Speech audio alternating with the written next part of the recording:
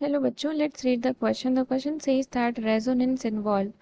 यहाँ पर आपको बोला है कि रेजोनेंस में क्या होता है। A, delocalisation of pi electrons along a conjugated system. B, delocalization of lone pair along a conjugated system. C, delocalization of negative charge along a conjugated system. And D, all are correct.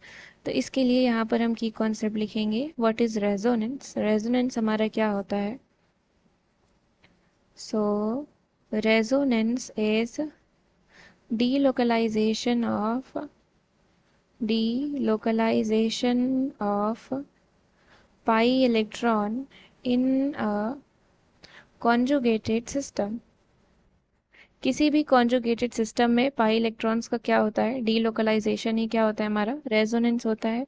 अब हम conditions देखते हैं resonance की। So conditions for resonance. Resonance. Now first condition हमारी क्या होती है?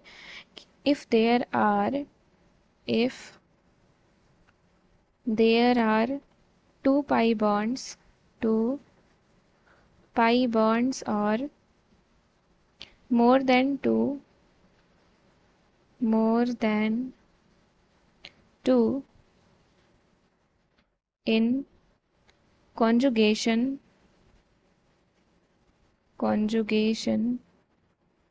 then electrons of one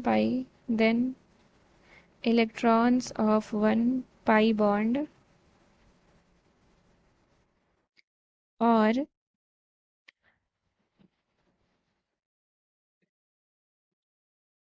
transferred towards another pi bond.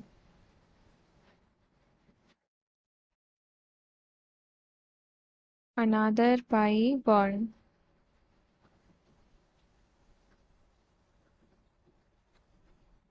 यानी कि यहाँ से हमें क्या समझ में आ रहा है कि अगर दो पाई बॉन्ड या फिर दो या दो से ज़्यादा पाई बॉन्ड आपस में कॉन्जुगेशन में है तो एक पाई बॉन्ड का जो इलेक्ट्रॉन होगा वो ट्रांसफ़र होगा दूसरे पाई बॉन्ड की तरफ। Now come to condition number second. क्या होता है? If a lone pair or negative charge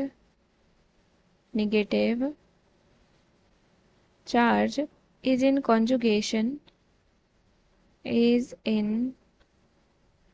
conjugation with pi bond, then electrons of negative charge और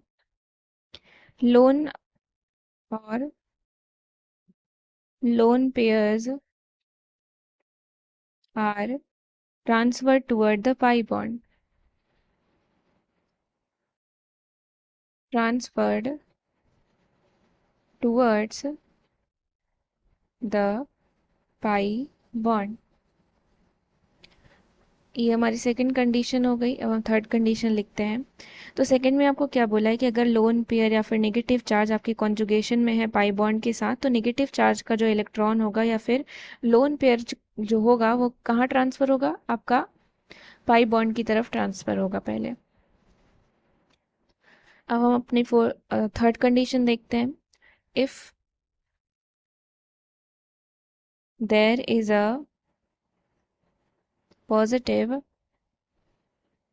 चार्ज, अगर आपका वहाँ पॉजिटिव चार्ज हो या फिर vacant orbital and pi bond is in conjugation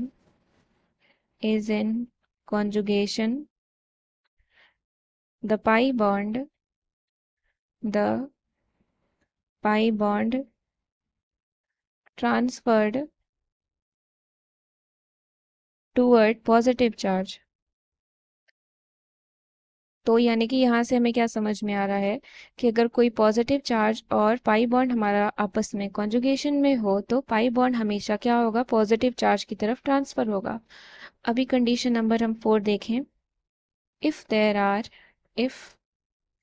there is a free electron and pi bond is in conjugation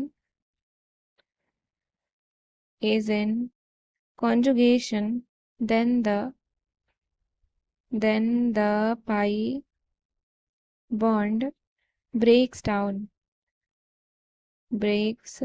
down and one electron from the pi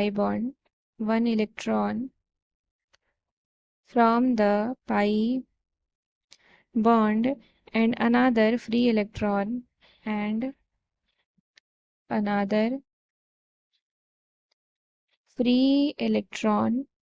participate in bonding।